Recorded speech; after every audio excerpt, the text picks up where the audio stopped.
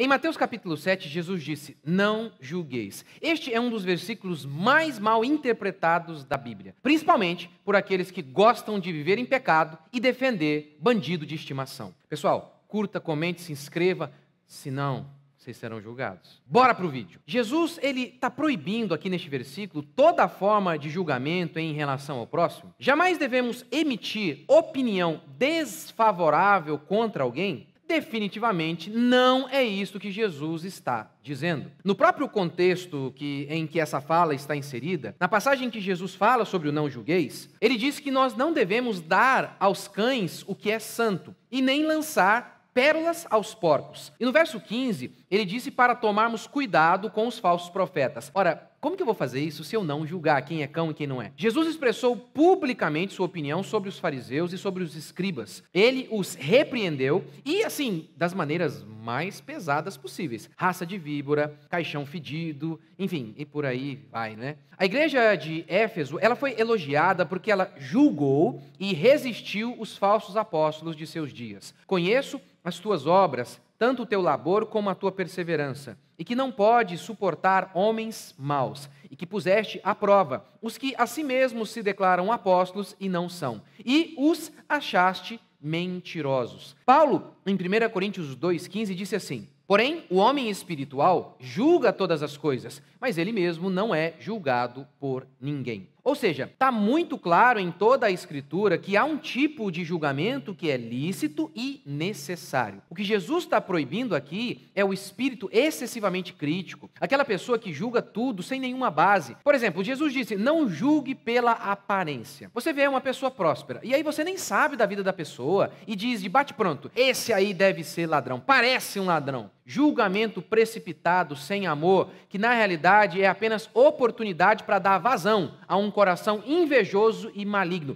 É contra isso que Jesus está combatendo. Ora, assim como Satanás tentou distorcer a Escritura para tentar enganar a Jesus Cristo, muitos cristãos, ou falsos cristãos, também distorcem este texto não julgueis para proteger bandidos e também a si mesmos. Um pastor que ensina heresias e ele leva os seus ouvintes para o inferno. Lembra o que Jesus disse sobre os falsos líderes religiosos? São cegos guiando cegos. Ambos vão cair no barranco, ou seja, eles estão conduzindo pessoas para o buraco. O profeta Isaías, inspirado por Deus, disse: porque os guias deste povo são enganadores e os que são dirigidos por eles são devorados. Por isso Jesus expressou publicamente o seu repúdio em relação aos falsos mestres de seus dias, pois eles literalmente matam. Mas basta expormos os falsos líderes para que um defensor de bandido surja usando de maneira canalha o não julgueis. Esses defensores de bandido, eles parecem muito amorosos, eles vestem a roupa da piedade, da misericórdia,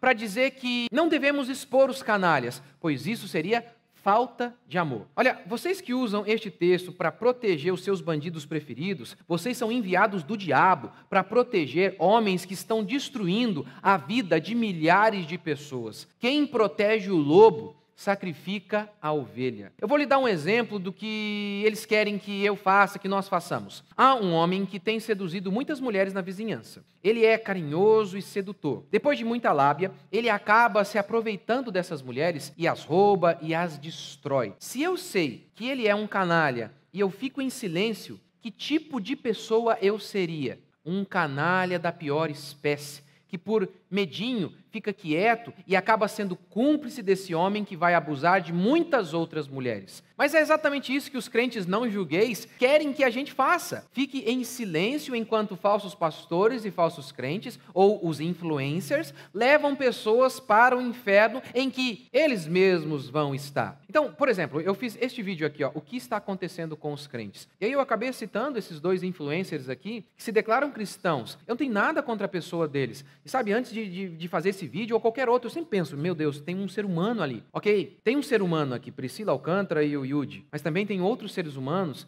que, por conta do comportamento deles, estão indo num caminho que, na minha opinião, é totalmente errado. E o que eles fizeram foi algo de maneira pública, eles ensinam de maneira pública, eles falam as suas coisas publicamente. Portanto, é necessário que eu também me posicione publicamente. Na minha opinião, isso é amor. Agora, o interessante em relação a toda a turminha do não julgueis é o seguinte: pastor ladrão, não julgueis. Cantora que anda seminua e influencia os seus filhos a fazerem o mesmo. Não julgueis. E o pastor que expõe tudo isso e prega a verdade para libertar as pessoas desses lobos.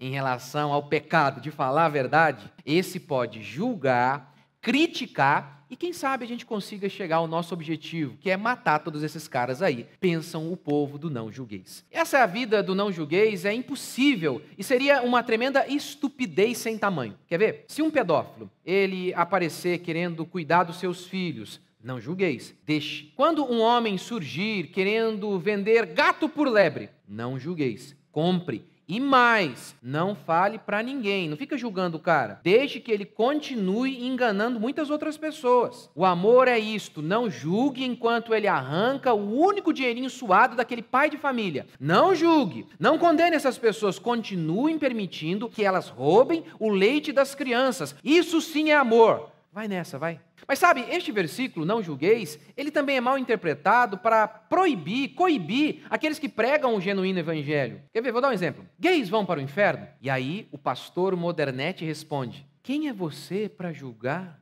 Veja bem, não é lindo isso? Não, não é. Isso só faz com que o pecador se sinta bem em relação ao seu pecado e continue tranquilamente em seu caminho, direto à condenação eterna. Quem é você para julgar, dizem eles? Eu? Ninguém. Mas Deus, em sua palavra, já julgou. Apocalipse 21, 8. Quanto, porém, aos covardes, aos incrédulos, aos abomináveis, aos assassinos, aos impuros, e impureza aqui é todo tipo de pecado sexual, aos feiticeiros, aos idólatras e a todos os mentirosos, esses não julgueis são os mentirosos, eles mentem. A parte que lhes cabe será o lago que arde com fogo e enxofre, a saber, a segunda morte. Além de estabelecer o julgamento, Deus deu a nós, a igreja, a incumbência de avisar essas pessoas de que elas estão em pecado e que se elas continuarem assim, elas serão condenadas por toda a eternidade. Quem sou eu para julgar? Ninguém. Mas Deus, em sua palavra, já proferiu o julgamento. Ezequiel 3,18. Quando eu disser ao perverso, certamente morrerás, e tu, pregador, pastor e cristão, não o avisares e nada disseres para o advertir do seu mau caminho, para lhe salvar a vida, esse perverso morrerá na sua iniquidade, mas o seu sangue da tua mão o requererei. Todos os crentes, todos os pastores, não julgueis. Eles têm o sangue de pecadores em suas mãos, porque eles não advertiram esses homens. Lá, na fila do inferno, esses homens vão perguntar a você, não julgueis. Por que você não me disse que eu estava perdido? Quem sou eu para julgar? Eu retruco. Quem é você para não chamar de pecado o que a Bíblia claramente diz que é pecado? Quem é você para desobedecer a Deus em nome do desejo de agradar o mundo? Quando os judeus que viviam em pecado se aproximavam de João Batista, o que o profeta João Batista fazia? Quem sou eu para julgar? Não. Ele analisou a vida daqueles homens e concluiu que eles possuíam uma falsa fé e que isso estava levando-os para a condenação. Por isso, João Batista os advertiu, dizendo, raça de víboras, quem vos induziu a fugir da ira vindoura? Produzi, pois, frutos dignos de arrependimento. E eu concluo assim, se há várias passagens bíblicas falando que o cristão julga que há um tipo de julgamento que é necessário, por que você continua distorcendo o não julgueis de Jesus? A resposta é muito simples. Ou você é muito ignorante, ou você é um baita de um canalha.